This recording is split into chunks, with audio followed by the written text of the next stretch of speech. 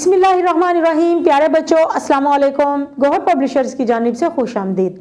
हमारा स्लोगन है redefining the geography of education through digital resources for conceptual learning. मेरा नाम साजिदा नूर है। आज के इस वीडियो लेक्चर में हम गौहर निदाए उर्दू जमात हफ्तम के सबक नंबर 7 हमारा वतन की मश्क शुरू करेंगे। तो आइए चलते हैं हासिलाते ताल्लुम की जानिब। प्यारे बच्चों, आज के इस वीडियो लेक्चर के बाद आप इस काबिल हो जाएंगे कि उर्दू ज़ुबान के हवाले से बरकी मीडिया पर मवाद सुनकर अपनी पसंद नापसंद का इजहार कर सकें,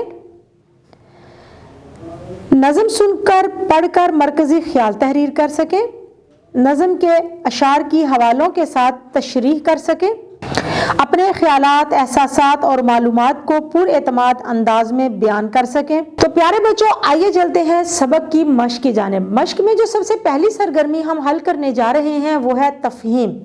इस सरगर्मी में हम हल करेंगे सवाल नंबर 1। नज़म के मुताबिक दर्ज झेल सवालात के मुख्तसर जवाब दें।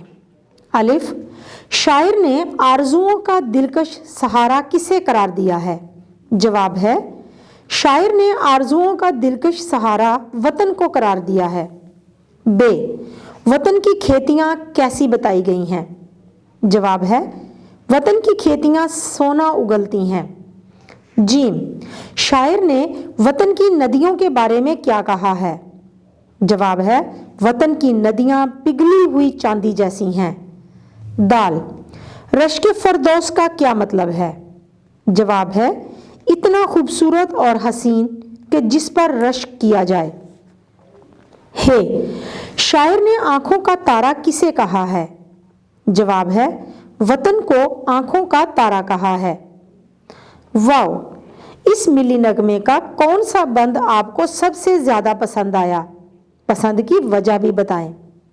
जवाब है, नज़म का पहला बंद मुझे सबसे ज़्यादा प्यारा लगा है क्योंकि इसमें मेरे वतन के सोना उगलते खेतों और पिघली हुई चांदी जैसे पानियों के साथ बहती हुई नदियों की बात की गई है।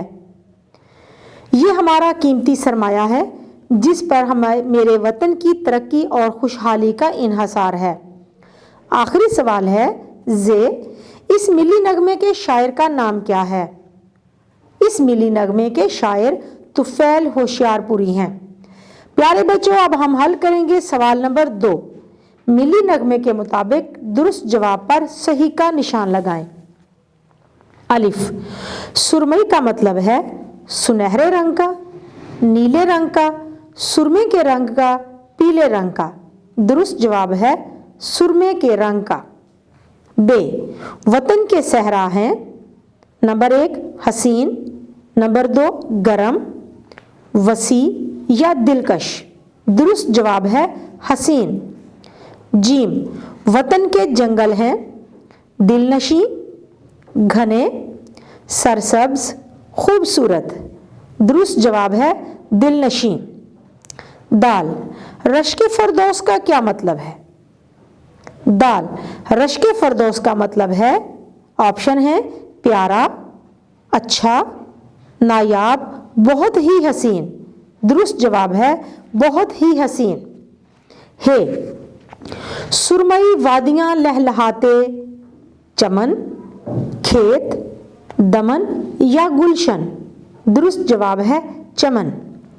वाव, इस वतन के जियाले डैश जवां, अनोखे, बहादुर, खूबसूरत, जुर्रतमंद। दुरुस्त जवाब है बहादुर। जी, तो प्यारे बच्चों, अब हम हल करेंगे सवाल नंबर 3। कालम अलिफ में दिए गए अल्फाज को कालम बे में दिए गए मुतल्लिका अल्फाज से मिलाकर मिसरे मुकम्मल करें। तो कालम अलिफ में जो मिसरे का आधा हिस्सा दिया गया है उसको हम कालम बे के साथ मिलाएंगे। प्यारा प्यारा वतन है हमारा वतन, आरज़ुओं का दिलकश सहारा वतन, सुरमई वादियाँ लहलहाते चमन, रश्क फरदौस है आज सारा वतन, जहाँ लुटा दें जो कर दे इशारा वतन, मुल्क मिल्लत के सीने का अरमान है, हम ही तो इस वतन के निगहबान हैं। सवाल नंबर 4 हल करते हैं। तलबा 2 ग्रुप्स में तकसीम हो जाएं।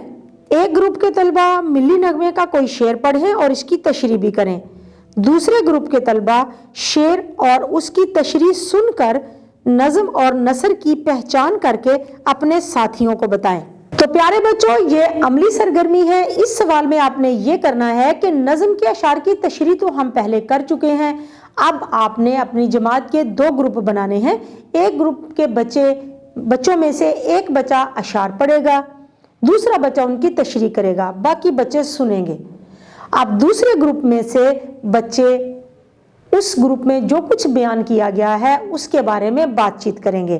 تو یہ عملی سرگرمی ہے۔ مجھے امید ہے کہ آپ بڑے اچھے انداز میں یہ سرگرمی اپنے کمرہ جماعت میں انجام دیں گے۔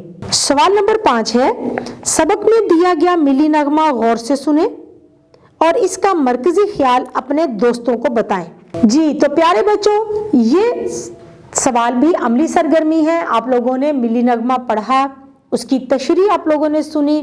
اب مرکزی خیال آپ لوگوں نے آپس میں ایک دوسرے کو بتانا ہے کہ اس کا مرکزی خیال ہے کہ یہ وطن ہمارا خوبصورت وطن ہے، ہمیں دل اور جان سے زیادہ عزیز ہے۔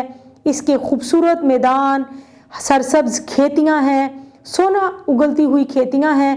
تو جو چیزیں آپ نے اس میں پڑھی ہیں اس کا مرکزی خیال مختصراً اس کا تعارف جو ہے وہ آپ لوگوں نے ایک دوسرے کو بتانا ہے۔ تو یعنی یہ سوال بھی عملی سرگرمی ہے اور یہ سوال آپ خود کمرہ جماعت میں کریں گے۔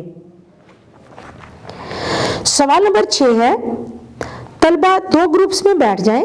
پہلے ایک گروپ کے طلبہ ملی نغمے کا ایک شعر پڑھیں، اس کے بعد دوسرے گروپ کے طلبہ اس شعر کو درست تلفظ اور آہنگ کے ساتھ دہرائیں۔